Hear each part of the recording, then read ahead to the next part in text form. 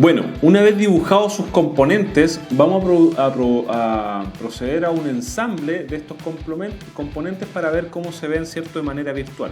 Aquí tenemos el motor, tenemos la pieza que acopla el motor, ¿cierto?, al volante de inercia, tenemos el plato que va a soportar, ¿cierto?, o tapar más que nada el motor, ¿cierto?, de las piezas que van interiormente, y tenemos el volante de inercia con su embrague adosado. En primer lugar, esta pieza. Una vez que ustedes tengan diseñada esta pieza virtualmente y calculada previamente para admitir, ¿cierto?, que soporta los esfuerzos asociados, esta pieza la vamos a ensamblar en ese eje. Para ensamblarla en ese eje, nosotros tenemos que poner diferentes relaciones de posición. Si se fijan, vamos a tomar, por ejemplo, como referencia el eje macho, ¿cierto?, que viene el motor. Vamos a tomar ese manto, vamos a poner relación de posición, y ese manto tiene que ir con la parte hembra de acá, es decir, esta parte de acá. Ahí está ensamblado. Ya, si se fijan, ahora puedo introducir esta pieza ahí. Ya, eso es lo que buscábamos. Esa pieza ya tiene una relación de posición. Ahora lo que vamos a hacer es esta pieza de acá, que es el volante de inercia. Necesitamos ensamblarlo. Esta cara, ¿cierto?, la vamos a unir, relación de posición, con esta cara de acá, porque tienen que tocarse. ¿Ya? Vamos a invertirla.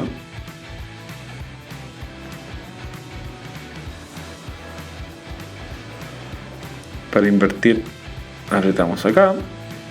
Ahí está. ¿Ya? Entonces esta cara tiene que ser paralela a la cara de ahí. Entonces ahora lo que vamos a hacer es vamos a esta pieza de acá, ese orificio, ese manto cilíndrico de la pieza amarilla debe ser colineal, ¿cierto? La relación de posición debe ser concéntrica o colineal con, por ejemplo, este manto de acá. Ahí está. Entonces ahí ya pusimos alguna relación de posición, pero tenemos que definir por lo menos lo otro. Este manto exterior de la pieza roja tiene que ser coincidente con el manto exterior de la pieza amarilla. Ahí está. Entonces ahí tenemos la pieza confinada. Si se fijan, por dentro podemos ver la pieza amarilla con la pieza roja que están, ¿cierto?, ¿cierto?, coinciden en esa posición. ¿Ya? Por lo tanto, aquí ¿qué tenemos? Tenemos unida el volante de inercia junto al embrague con la pieza amarilla, y todo ese conjunto va hacia el motor eléctrico. Ahí está. Podemos mover la idea es que todavía no coloquemos algún tipo de prisionero acá. ¿Por qué? Y de hecho no es necesario, nos vamos a dar cuenta después que este movimiento es interesante que lo tengamos, ¿ya? Porque este movimiento nos va a dar alguna flexibilidad frente a algún error asociado, ¿cierto?, al montaje, ¿ya? Así que les recomiendo que el estriado de esta pieza amarilla sea continuo a lo largo de toda la pieza, ¿ya? Luego, esta pieza que está acá, ¿ya?, esta pieza va básicamente esta va a unir el motor con la caja de cambio, ¿ya? Esta pieza es diferente en cada tipo de vehículo, ¿ya? Es muy importante tener en cuenta eso. Esta parte azul la vamos a unir.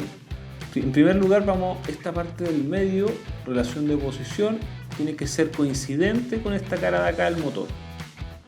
Ese perímetro del motor. Ahí está. Como ya es coincidente, ya se acopló, ¿cierto? Ahí ya le pusimos colineal. No importa.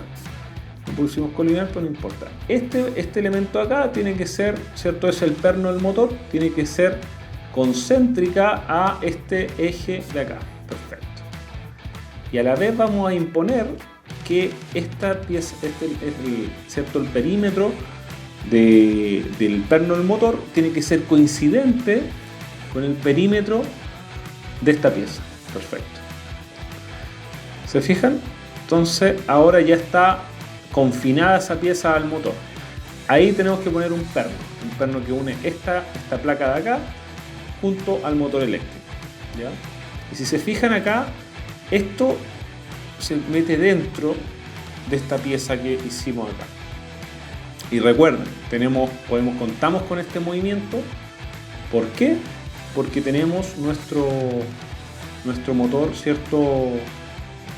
Nuestro eje estriado, tenemos ese juego, esa libertad. Sin embargo, tenemos un límite, no puede ser hasta acá, por ejemplo, ¿ya? También tenemos un límite físico, que no puede ser mucho a la izquierda porque va a chocar la parte amarilla con la cara del motor, ¿ya? Tenemos una tolerancia más o menos 1 o 2 centímetros para jugar ahí, ¿cierto? Con este movimiento.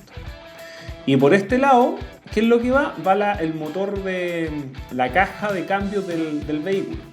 En este caso vamos a buscarla, hicimos un modelo simplificado.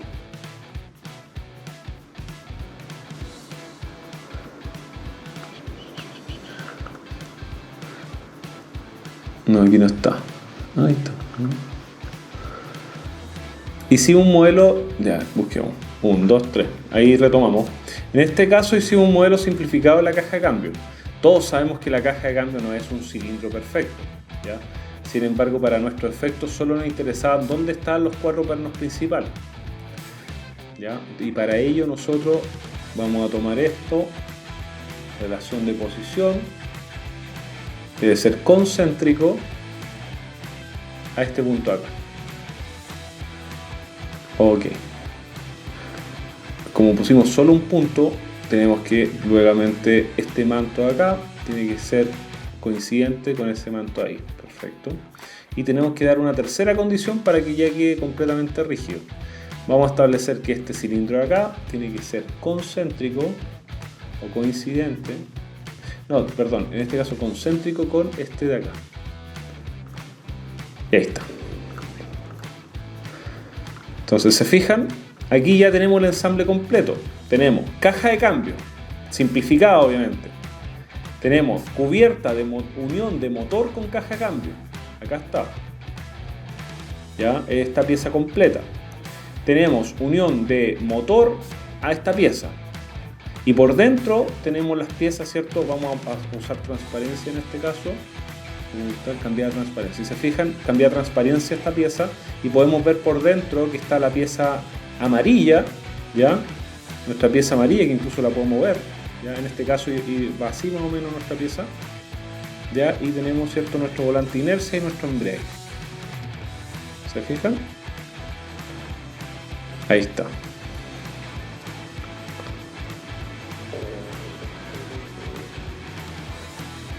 Ahí está nuestra pieza.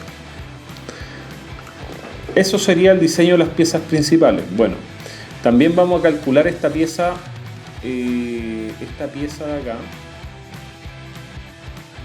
Si se fijan, este elemento también sufre también deformación y sufre un nivel de esfuerzo bien interesante, ya que sostiene el motor eléctrico.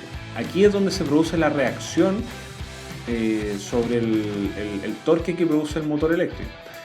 Para calcular esta pieza es el mismo procedimiento para calcular la pieza amarilla que unía, ¿cierto?, el motor eléctrico junto al volante de inercia.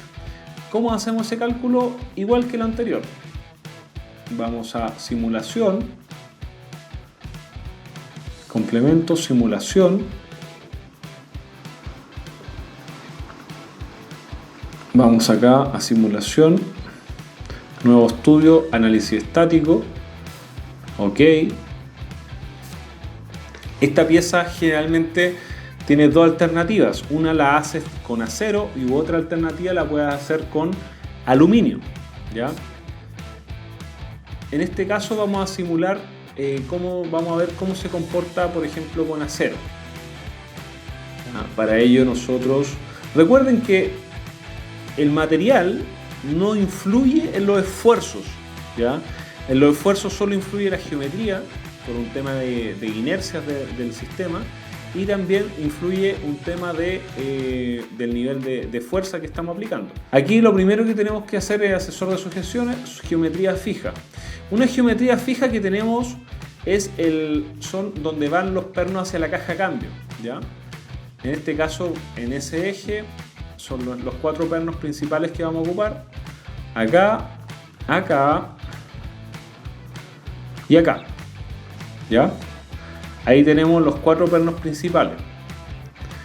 Luego vamos a ver que hay una leve sutileza en el cálculo de esta pieza comparada con la pieza anterior. Luego, ¿qué es lo que tenemos? Tenemos el torque, ¿cierto?, asociado del torque máximo del motor, ¿ya? Que es una torsión. Esta torsión va aplicada, ¿cierto?, en esta cara, ya que ahí es donde se unen con los pernos, ¿ya? Y vamos a aplicar 113 Nm, que es el torque máximo, ¿cierto? Y ahí tenemos, ¿cierto?, aplicado esos 113 Nm. Hay otra carga que nosotros aplicamos para efectos del cálculo de esta pieza, que básicamente es relativa. Recuerden que el motor eléctrico va conectado en estos 4, ¿cierto?, estos 4 cilindros por medio de pernos, y el motor está colgando de esta pieza, ¿ya? Entonces esta pieza, el motor va acá, y el motor está haciendo una fuerza hacia abajo, ¿ya? Es decir, está haciendo un torque en esta pieza, está tratando de abrir, está sometiendo esta pieza a una tracción, ¿cierto? Está traccionando esta parte. Sin embargo, ¿qué es lo que hacemos nosotros? Nosotros ya hicimos un previo cálculo para ver cómo traducir ese efecto de ese torque que hace este motor sobre esta pieza, cómo se ve afectado en esta cara, ¿ya? Y nosotros encontramos que la peor de las condiciones es aplicar es lo mismo que simular una fuerza en este caso, en esta cara digo, con una dirección que hace que traccione esta pieza y con un nivel de magnitud de fuerza del orden de 1200 Newton, ¿ya? En esa cara. Por lo tanto, aquí apretamos aceptar y tenemos dos condiciones, una que es el torque del motor y la otra que se traduce en el efecto de tracción que produce en la parte superior en esta pieza, ¿cierto? Debido a que el peso, el motor va en un voladizo, ¿cierto? Está en un efecto voladizo sobre esta pieza.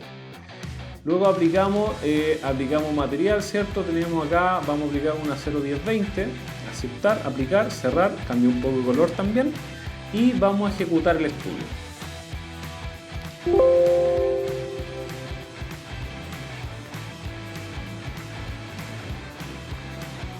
Ok, el estudio fue ejecutado, ¿ya? Si se fijan, obviamente SolidWorks exagera un poco el efecto que producen estas fuerzas, estas tensiones, ¿cierto? Exagera los desplazamientos, ¿ya? No es que la pieza va a quedar así, ¿ya? No, es imposible, solo que está exagerando el nivel de desplazamientos que obtuvo la pieza luego de aplicar el torque y la fuerza que les señalé anteriormente, ¿ya? Podemos ver que la pieza en general no sufre mayor nivel de tensión. Fijémonos netamente en las tensiones, olvídense de que esta pieza está extremadamente deformada, ¿ya? Entonces fijémonos en las tensiones. Tenemos una tensión máxima que es de, acá podemos ver, 2,48 por 10 elevado a 6, ¿ya? Que eso es básicamente del orden de 2 megapascales, 2,4 megapascales, lo cual es bastante poco relativo a, por ejemplo, el límite elástico. Recuerden, el límite elástico era de 350. Acá tenemos un factor de seguridad realmente importante, ¿ya? Realmente importante. ¿Por qué? ¿A qué se debe eso? Esta pieza es muy robusta, ¿ya? En este caso, esta pieza puede ser, ¿cierto? Podemos rebajar el nivel de material que tiene para alivianar peso inclusive y poder hacer esta pieza un poco más simple. ¿Por qué uno la deja robusta? Por dos razones. La primera, que al rebajar material no perdemos mucho más peso, ¿ya? No es mucho el peso que podemos darnos cuenta que perdemos, ¿ya? Relativo al porcentaje, ¿cierto?, de peso de un vehículo. Nos da mucha más confianza y para efectos de costo el tornero nos cobra incluso más barato al dejar la pieza así, ya que tiene que rebajar menos material. Por lo tanto, uno tiende a dejar esta pieza bastante robusta. Perfectamente esta pieza puede ser hecha con aluminio. Si ustedes piensan, el nivel de tensión es bastante bajo, ¿ya? Estamos hablando de 2,8 megapascal. Por lo tanto, es bastante interesante, puede ser usado perfectamente aluminio para este efecto de esta pieza, ¿ya?